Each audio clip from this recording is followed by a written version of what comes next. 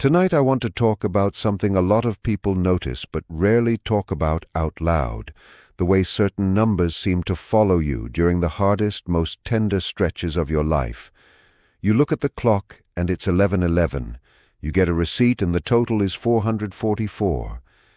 You glance at a license plate, a page number, a timestamp on a text you never sent. And there it is again, some sequence that feels less like coincidence and more like a nudge. I'm not here to tell you what those numbers mean for your life, because honestly, nobody can tell you that with certainty, and anyone who claims they can is selling you something. What I want to do instead is sit with you in that experience, because I think it deserves more attention than "it's just a coincidence," and more honesty than "it's definitely a sign from the universe about exactly what you're hoping for." What matters is not the number itself, but what happens inside you when you notice it. That little jolt, that catch in your breath, that strange sensation that makes you pause for a second and wonder why this particular moment feels different from all the others. Maybe you've seen the same number repeatedly throughout the day.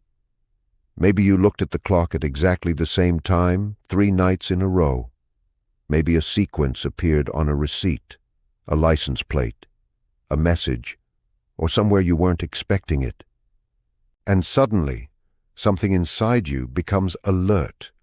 That reaction is worth paying attention to, not because the universe necessarily sent you a coded message, and not because every repeated number carries some predetermined supernatural meaning. The deeper value may be much more personal.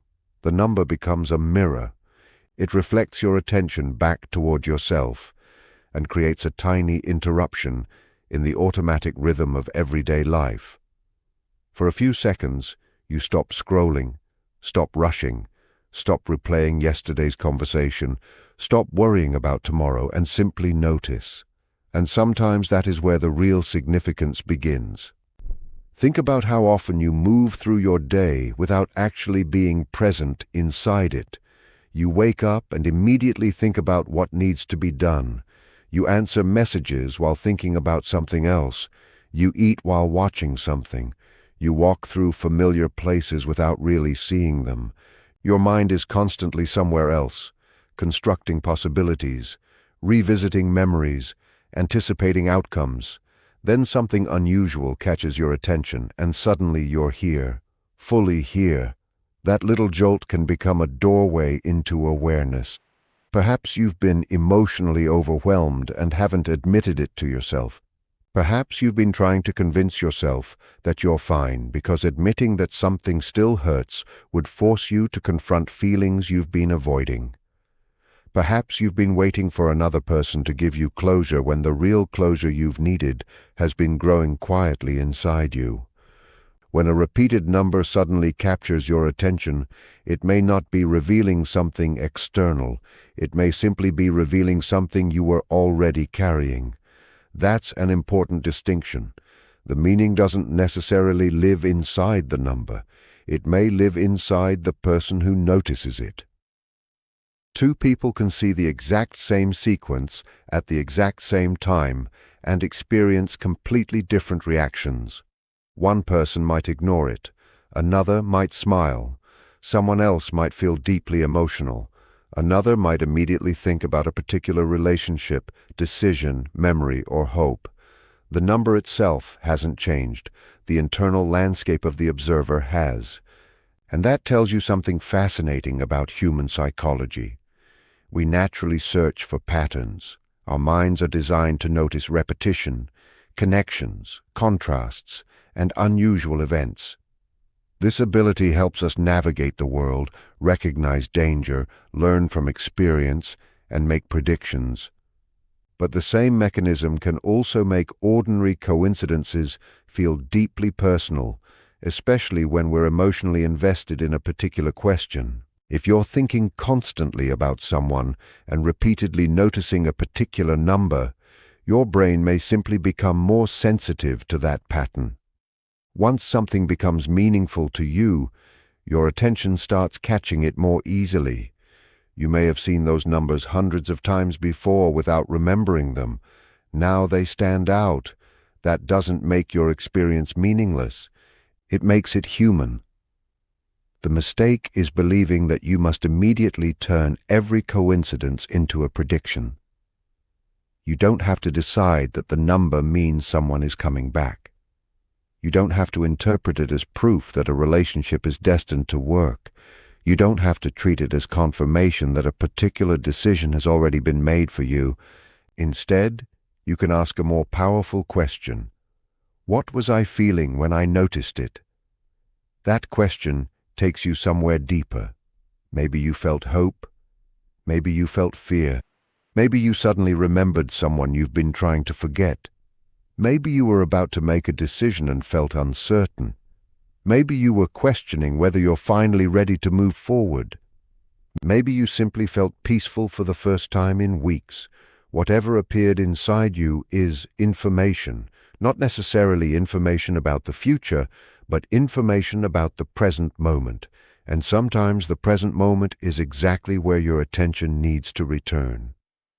Imagine someone sitting alone late at night, replaying an old relationship in their mind. They've spent hours wondering what the other person is thinking, whether they regret what happened, whether they'll reach out, whether the story could somehow become different. Then they look at the clock and notice a familiar sequence. Their first instinct might be, "This must mean they're thinking about me." But there's another possibility. Maybe the more useful question is, why am I still giving so much of my emotional energy to what someone else may or may not be thinking? That question changes everything. It moves the center of gravity back toward the self. Instead of using the number to chase another person psychologically, you can use the moment to understand yourself. Instead of asking, "What does this mean about them?" you can ask, "What does my reaction reveal about me?" Maybe it reveals that you're still grieving. Maybe it reveals that you're ready to let go. Maybe it reveals that you're hoping for reconciliation. Maybe it reveals that you desperately want certainty because uncertainty has become exhausting. And perhaps that's why these moments can feel strangely powerful. They interrupt the noise long enough for something deeper to become audible. You don't have to destroy the mystery. You can simply hold it gently. You can appreciate the coincidence without turning it into a command. You can allow yourself to wonder without allowing the wonder to control your decisions. There is a beautiful middle ground between complete skepticism and unquestioning belief. You can say, "I don't know what this means, but I know it made me stop." And that alone may be enough, because stopping matters, awareness matters, the ability to recognize your emotional state matters. If noticing a repeated number makes you pause and breathe, perhaps use that moment intentionally. Take one slow breath. Relax your shoulders. Put your phone down. Look around the room. Ask yourself what you were thinking about immediately before you noticed it. That tiny sequence can become a personal ritual of awareness. Not a prediction, not a superstition, a pause. And pauses can change lives because they create space between an emotion and a reaction. Maybe you were about to send a message you would regret. Pause. Maybe you were about to check someone's social media again. Pause. Maybe you were about to abandon a decision because you're afraid of being alone. Pause. Maybe you were spiraling into an old story about why someone treated you badly. Pause. The number didn't make the decision for you. It simply gave you a moment in which you could make the decision consciously. That is where its real power can exist. Over time, you may even notice that the numbers become less important. You don't need them to appear every time you need reassurance. You become capable of creating your own moments of awareness without waiting for something external to trigger them. And that is a much deeper form of growth, because eventually you realize that you don't need a sequence on a clock to tell you that something inside you is changing. You can feel it. You notice that you're no longer checking your phone every few minutes. You notice that silence doesn't frighten you as much. You notice that memories can appear without pulling you backward. You notice that you can think about someone without needing to contact them. You notice that uncertainty no longer feels like an emergency. You notice that your intuition has become quieter because your anxiety has become quieter. And perhaps one day you'll see the same number that once sent your heart racing, and instead of searching for an explanation, you'll simply smile and continue with your day. That moment may be more meaningful than the number ever was, because you have changed.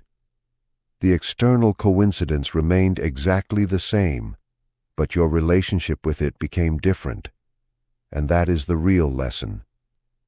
Don't become obsessed with decoding every pattern you encounter. Don't hand your decisions over to coincidences. Don't let numbers become another way of searching outside yourself for certainty that can only be developed within. Instead, let those moments remind you to come back to yourself. If a number makes you pause, pause. If it makes you breathe, breathe. If it brings an emotion to the surface, listen to that emotion without immediately turning it into a prediction. Ask yourself what you need. Ask yourself what you're avoiding. Ask yourself what you're hoping for. Ask yourself whether you're moving toward peace or simply looking for another reason to remain attached to something that has already ended. Because sometimes the most important message isn't hidden inside the numbers at all.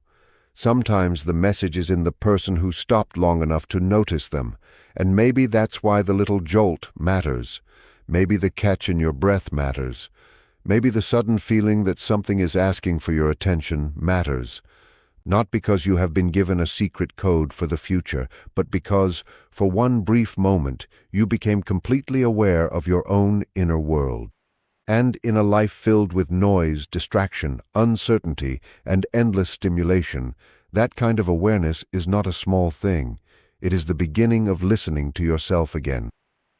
That instant where your mind goes somewhere specific, to a person, a decision, a hope you've been carrying quietly. The number isn't doing that work.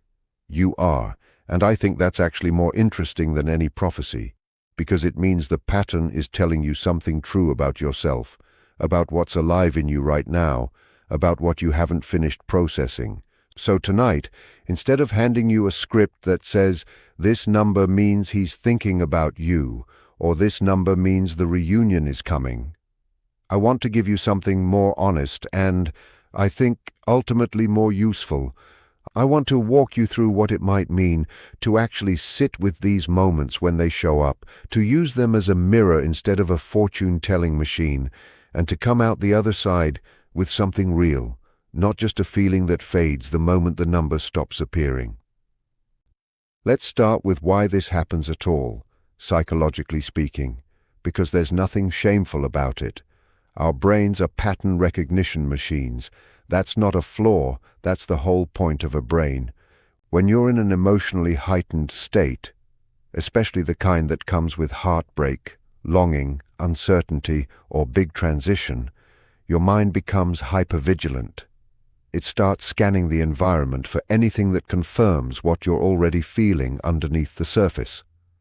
This is sometimes called the frequency illusion, or confirmation bias if you want the clinical term, and it's the same mechanism that makes you suddenly notice a certain car model everywhere after you buy one, or hear a song title everywhere after a friend mentions it.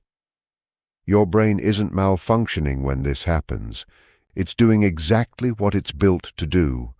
It's just doing it in service of whatever is emotionally loud inside you at the moment. Now, I want to be careful here because I'm not trying to strip the magic out of your life or tell you that everything meaningful can be explained away by a psychology textbook. I actually think both things can be true at once. It can be true that repeating numbers are a known cognitive phenomenon, and it can also be true that noticing them, sitting with them, and asking what they're pointing to inside you is a genuinely valuable practice. The mistake isn't in noticing the numbers. The mistake is in outsourcing your own knowing to them. letting a sequence of digits make a decision for you that only you actually have the information to make. You know things about your situation that a clock does not. You know the history, the context, the small details of tone and behavior and pattern that no timestamp could ever capture. So instead of asking, "What does 444 mean?"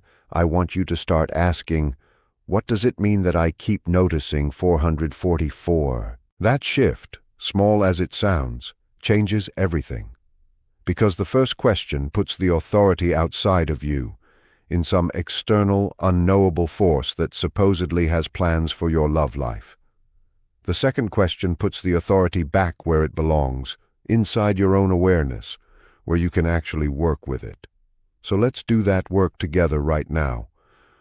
The next time you notice a number that stops you, I want you to pause, right there, wherever you are, and ask yourself 3 things. First, what was I just thinking about, right before I noticed it?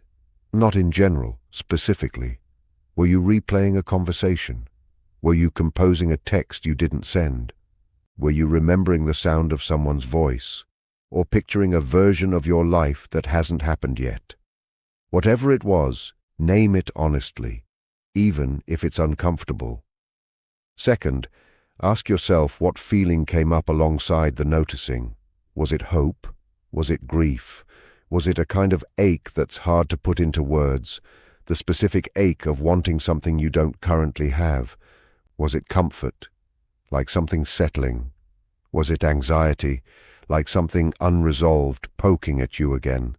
Sit with whatever the honest answer is, even if it's not the answer you wish you had. And third, ask yourself what you would do differently if you trusted that feeling completely, if you took it seriously as information rather than dismissing it or, on the other end, treating it as proof of something you can't actually verify. That third question is where the real work lives, because most of us do one of 2 things with our longing. We either shove it down and pretend we're fine, refusing to even acknowledge that we still think about someone, still hope for something, still carry an ache we haven't resolved. Or we go the opposite direction and hand all our power over to signs and symbols, waiting for the universe to confirm what we're too afraid to admit we already feel, using a number on a receipt as permission to keep hoping instead of just admitting, honestly, to ourselves that we're still hoping.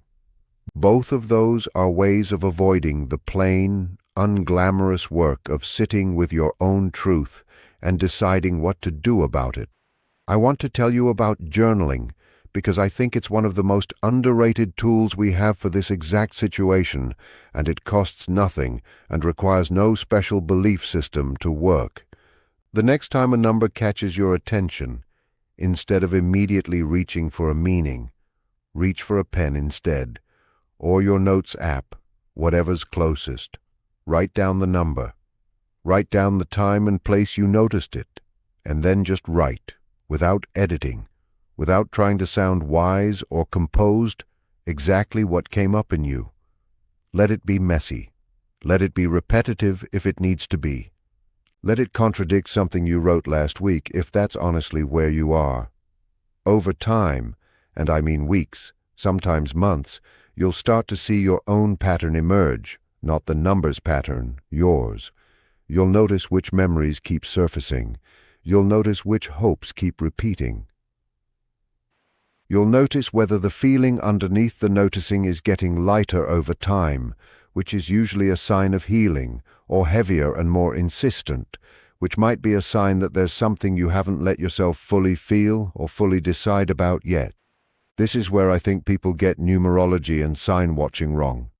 They treat it as a way to skip the hard internal work, a shortcut to certainty about a situation that fundamentally cannot be made certain from the outside.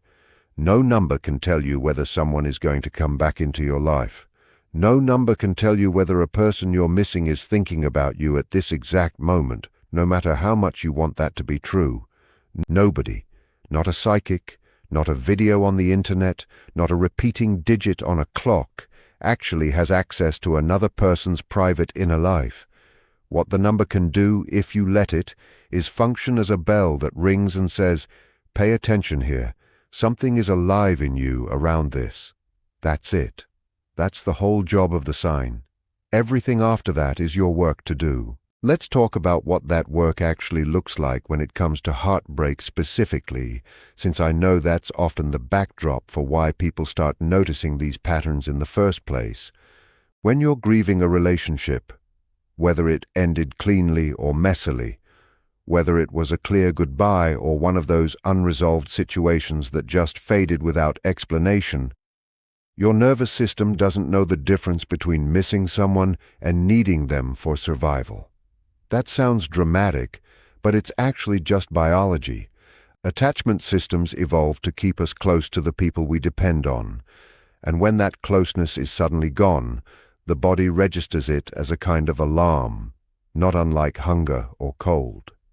That alarm doesn't care about your rational understanding that the relationship is over, or that it wasn't healthy, or that reaching out again would just reopen the same wound. It just wants the person back, the way your body wants water when you're thirsty, regardless of whether drinking right now is actually a good idea. Understanding that can be enormously relieving, because it means the intensity of what you're feeling isn't a character flaw, and it isn't proof that you're doing grief wrong. It's just your nervous system doing exactly what nervous systems do. But understanding it also means you get to make a choice about how you respond to that alarm instead of being run entirely by it. You can notice the ache, name it, even honor it, without necessarily acting on every impulse it produces. You don't have to send the text just because the longing is loud. You don't have to interpret every 11:11 as a summons. You get to be the one who decides what the ache means and what, if anything, you're going to do about it. I want to offer you a different kind of practice, one that doesn't require you to stop noticing the numbers, because honestly, you probably won't stop noticing them, and that's fine. Instead of asking the number to predict your future, ask it to witness your present. When you see the number, instead of thinking, "This means they're coming back," try thinking, "This is a moment where I'm choosing to check in with myself," then actually do that check-in. Ask how you're really doing today, not the version of today you perform for other people, the actual truth of it. Ask what you need right now, not from the other person, but from yourself. Sometimes what you need is rest. Sometimes it's to cry it out properly, instead of holding it together for one more hour. Sometimes it's to call a friend who knows the whole story and just say it out loud again, even if you've said it 100 times before. Because sometimes healing really does require saying the same true thing more than once before it settles. Sometimes what you need is simply to acknowledge, without judgment, that you still love someone, or still miss someone, and that this is allowed to be true even while you build a life that doesn't depend on their return. There's something else I want to say about the specific hope that a number might be confirming a reunion, because I think it deserves to be spoken to directly rather than avoided. Hoping for someone to come back isn't wrong. It isn't weak, and it isn't something you need to be embarrassed about or rush to talk yourself out of. Hope is one of the most human things we do, but there's a difference between hope that leaves room for your life to keep moving and hope that puts your whole life on pause while you wait for a sign to arrive that will finally let you exhale.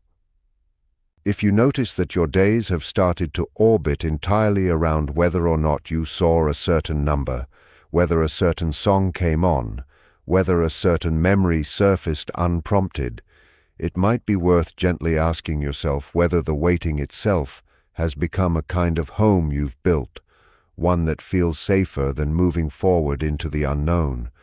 That's not a criticism.